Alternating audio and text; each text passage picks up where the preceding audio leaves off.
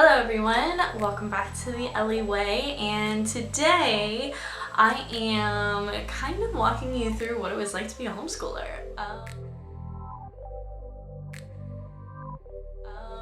I was homeschooled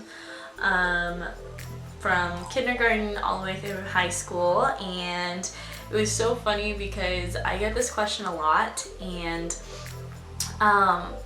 people are shocked when I tell them that I'm homeschooled, which is a good thing, in my opinion.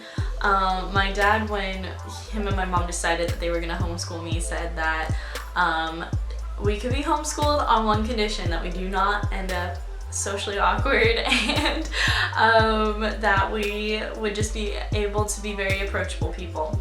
This is the season of we are going back to school-ish. Maybe you're homeschooled now. I have no idea what's going on.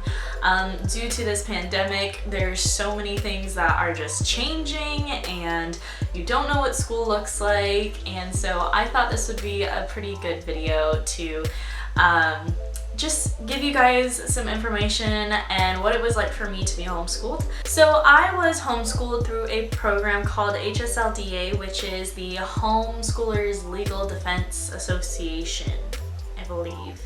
And it was really great. That's what my mom used, and then we didn't really go by a curriculum. We kind of had different curriculums for different subjects. So for me, that's kind of how it was throughout my life. I only went like 3 places throughout my entire life. I went to home, I went to church, and I went to dance. And most of the time, my church and my home were in the same place. Okay, here are some misconceptions about being homeschooled. They think that you can sleep in and don't have to do your work right away and all that stuff. No, I used to wake up at 6 a.m.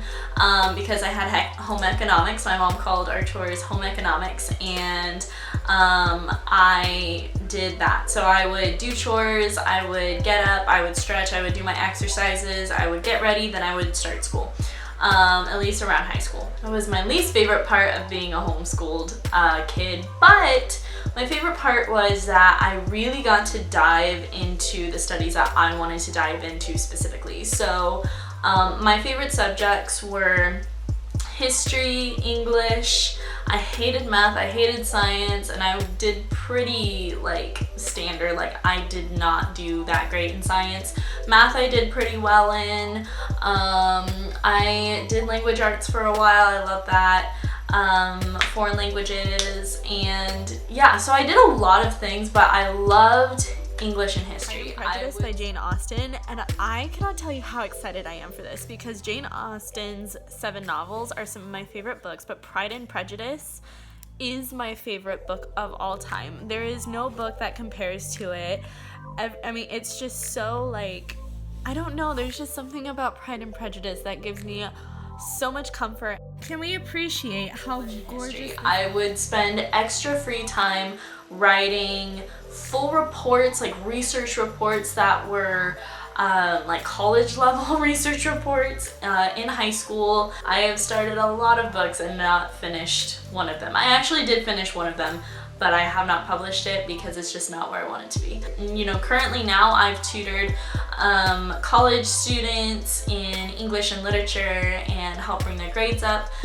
Just because I know a lot about English, I've also tutored high school students, and so it's been fun. That was something I really loved about being homeschooled, was just getting to learn exactly what I wanted to learn. You know, with science and math, I had to get those done, and it was one of those things where I was like, I kind of have to in order to graduate, so I'm just going to do it because I have to. I figured out that I was going to end up using a lot of what I did not like learning about in high school. I actually have learned about in real life scenarios, and now that I understand it, I enjoy it.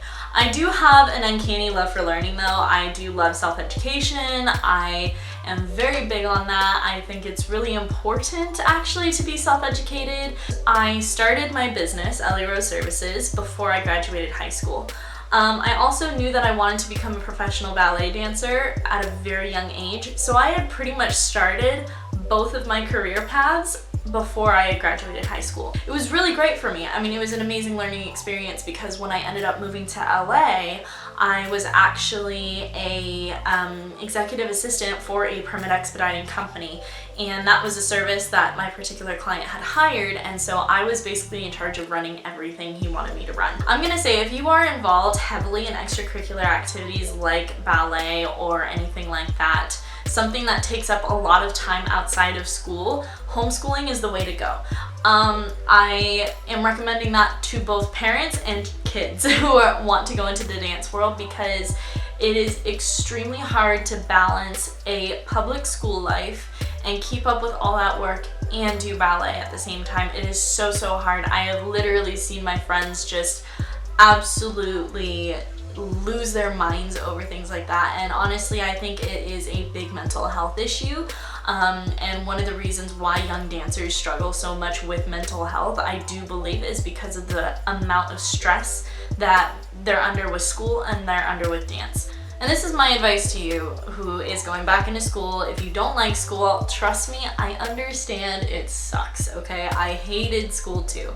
I promise you, everything will pertain to your life. I know that like, you know, pie and all that stuff, yeah, that may not pertain to your life necessarily. But for me, I hated, I'll give you an example. I hated critical thinking and philosophy and doing all of that. When I went out on my own and I was doing, you know, when I had to think critically about certain things, especially in a fast-paced business in LA, it made a huge difference, and it sets you apart. The more that you allow yourself and open your mind up to learn, the more you will begin to be more knowledgeable, and you'll have more wisdom, and people will see that you are set apart from this other person that decided that they didn't want to try as hard.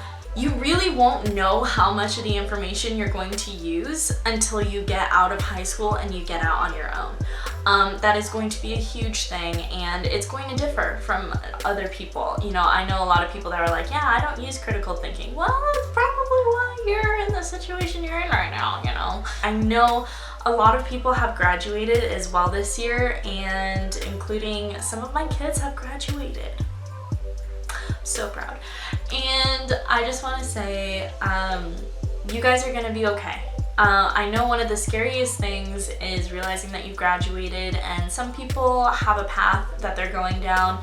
They know exactly where they're going to go, and some of them don't. And I want you to know that either way, it's okay. You're going to figure it out, I promise. And when you run into those times where you feel like, I've always known what I was going to do, and now I don't know, and I think it was a mistake. I've been there, I understand. And I promise you it's gonna be okay, because something will always happen. This is a world of opportunities, and especially right now where you feel like the future is so uncertain, get creative. The most successful people are the ones that actually have the solutions to the problems. So if you have a solution to a problem, then you will become successful in life. I hope you guys enjoyed this video. If you guys like this video, please give it a thumbs up.